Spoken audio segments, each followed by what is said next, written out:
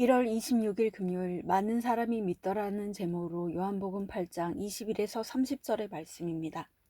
사랑의 하나님 감사합니다. 오늘도 말씀 묵상의 시간을 주심에 감사합니다. 이 시간을 통하여서 하나님의 말씀이 들리고 복음이 들리기 원합니다. 구속사의 말씀이 깨달아질 수 있는 은혜로 주시옵소서. 오늘 주시는 이 말씀이 제게 주시는 하나님의 음성으로 들어올 수 있도록 성령님 도와주시옵소서. 말씀대로 믿고 살고 누리는 인생이 되게 하시고 이 시간도 우리와 함께하여 주시옵소서. 감사드렸고 예수님의 거룩하신 이름으로 기도드립니다. 아멘. 본문의 말씀입니다. 다시 이르시되 내가 가리니 너희가 나를 찾다가 너희 죄 가운데서 죽겠고 내가 가는 곳에는 너희가 오지 못하리라. 유대인들이 이르되 그가 말하기를 내가 가는 곳에는 너희가 오지 못하리라 하니 그가 자결하려는가.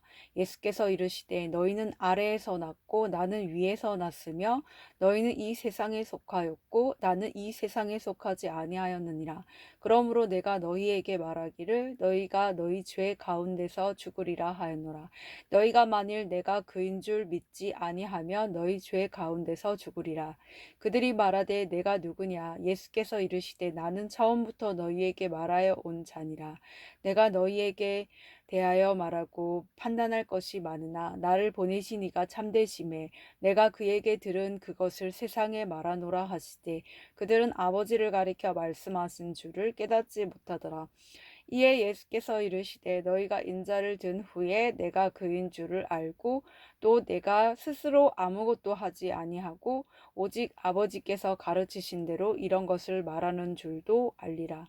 나를 보내신 이가 나와 함께 하시도다. 나는 항상 그가 기뻐하시는 일을 행함으로 나를 혼자 두지 아니하셨느니라. 이 말씀을 하심에 많은 사람이 믿더라. 아멘. 도움말입니다. 자결하다는 의분을 참지 못하거나 지조를 지키고자 스스로 목숨을 끊는 것을 말합니다. 인자는 사람의 아들이란 뜻으로 하나님의 아들, 주, 다윗의 자손, 그리스도 등과 함께 예수님을 가리키는 대표적인 개념입니다. 본문 요약입니다. 예수께서 바리새인들에게 자신이 가는 곳에 너희는 오지 못한다고 말씀하십니다. 그들이 예수님이 누구인지 묻지만 예수님은 자신을 알리지 않으십니다. 오직 인자를 든 후에 알게 될 것이며 나를 보내신 이가 나와 함께 계셔서 홀로 두지 않으신다고 말씀하십니다. 그러자 많은 사람이 예수를 믿습니다. 오늘의 중보기도입니다. 함께 기도해 주세요.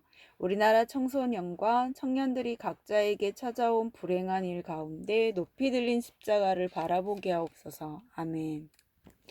본문 해설입니다. 첫 번째, 죄 가운데서 죽으리라.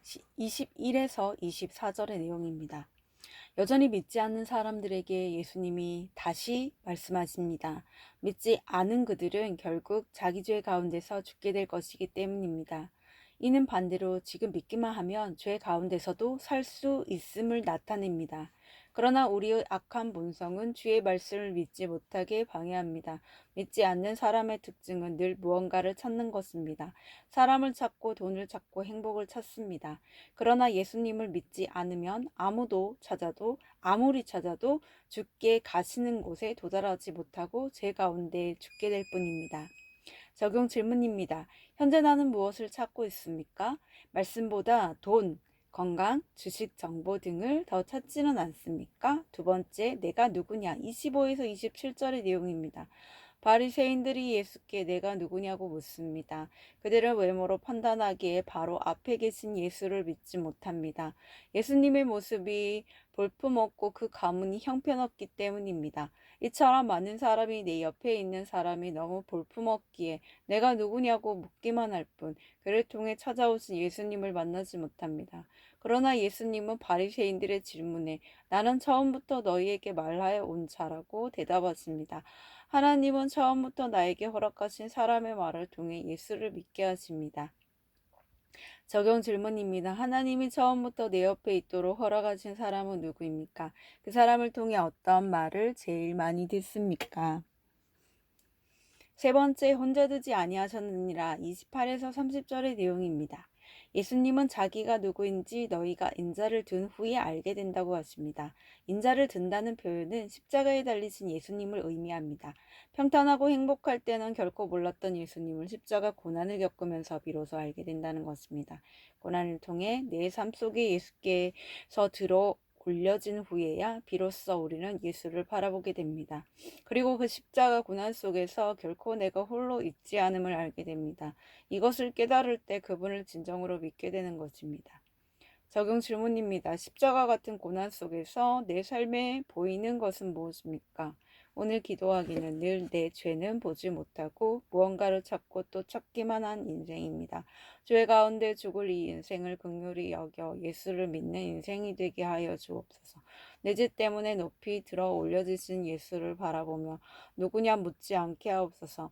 예수님을 진정으로 믿을 때 나를 혼자 두지 마시고 늘 나와 함께 해 주옵소서. 아멘. 묵상 간증입니다. 쓸모있는 인생이란 제목으로 김수진님의 말씀 적용글입니다. 왜 결혼 안 해요?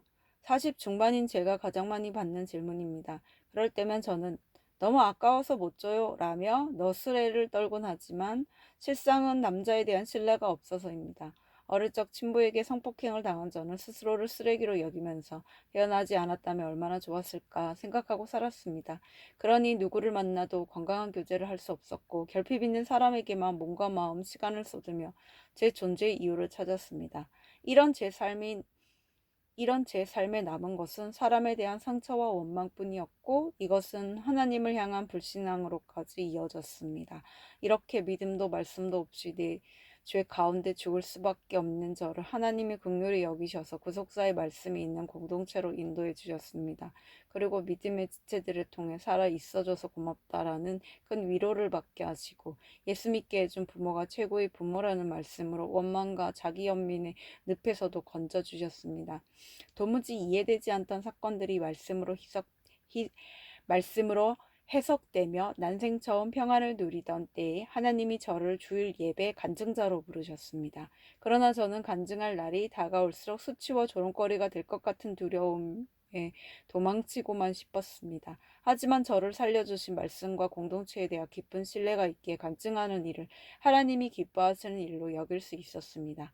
그리고 평생 드러내고 싶지 않던 죄와 수치의 사건을 사람을 살리는 도구로 내어드릴 수 있었습니다. 이처럼 하나님은 스스로 쓸모없는 인생으로 여기며 살아온 저를 또 무엇을 하든 하지 않든 항상 불안하기만 하던 저를 혼자 두지 않으셨습니다. 지금은 교회 소그룹 리더로 불러주셔서 하나님이 쓰시는 인생을 살고 있습니다. 죄 가운데 죽어 마땅한 저를 건져주시고 평안을 누리게 하시며 쓸모 있는 인생으로 살게 해주신 하나님 사랑하고 감사합니다.